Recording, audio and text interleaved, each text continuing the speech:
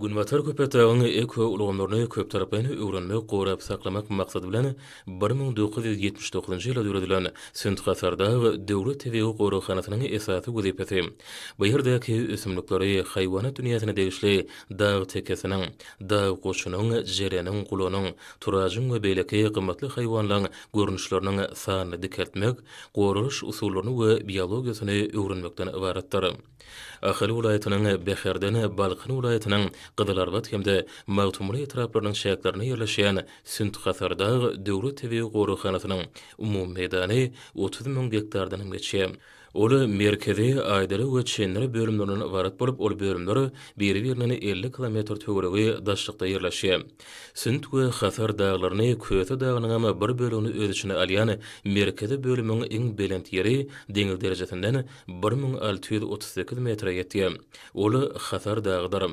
Gorakhanyň şäherini ösýän Arça, Kerkaw dagdan Garagaç, Seri, Torongy, Söwütnar, Pisse, Hoz, Çınar, Injir, Armut, alma esasy tokoy emele getirje agaçlardyr. Ýeri gelene bellese Gahrman Arkadamyň Türkmenistanyň dermanlyk ösümlikleri atly ensiklopediýa kitaplaryny görkezelen merhemlik ösümliklerin 423-ti günden-güne Sünt Hasardagy Döwlet Tebigi Gorakhanasyna duş gelýär. Gorakhanada duş gelýän oňurwasy jandarlaryň sany 2400-e barabardyr. Şeýle bu ýerde süýrenjileň 37 görnüşine duş gelmek bolýar. Gorakhanada gabat gelýän guşlaryň 160 görnüşinden 13-si süýdendirjileň 15-si ýyrtyjy haýwanlardan dag pişigi, gunnaz, aýryk, umgo, jeren, gulan Türkmenistanyň gyzyl kitabyna girdilendir. Gorakhanada hemem oňa galtaşan sebäpde tebigi toplumlary öwrenmek, dikeltmek we gorap saklamak boýunça möhüm şäherleri ýygy dal geçirilýär.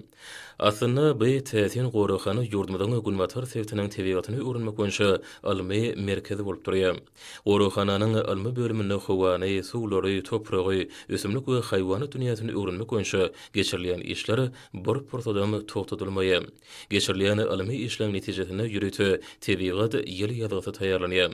Şoň netijesinde taýýarlanan günbatar köpetagyň tebigaty we günbatar köpetagyň ösümlik we haýwanat dünýäsi atly 2 sany kitapda 86 maşgala 560 uruwa degişli bolan 1266 sany ösümlik hasaba alınanlar.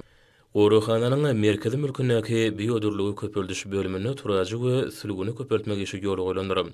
Bu ýerde seyrek duş gelýän haýwandary emeli usuly köpeldip, tokoýlara goýbermek işine de aýratyny ünsürlýär. Halkara parahaçylyk we ynanşmak ýylyny ruh beren garşylan Sünt Hasardagy Döwlet Tebigi Gorakhanynyň hünärmenleri ýurdumyň daşky uşagyny goramak baradaky insan-perwer syýasaty amala aşyrýan türkmen halkynyň milli lideri Gahrman Arkadamyň hemde hormatly prezident bolup, Arkadagy Gahrman serdarmyda alkyşlaryny beýan edýärler.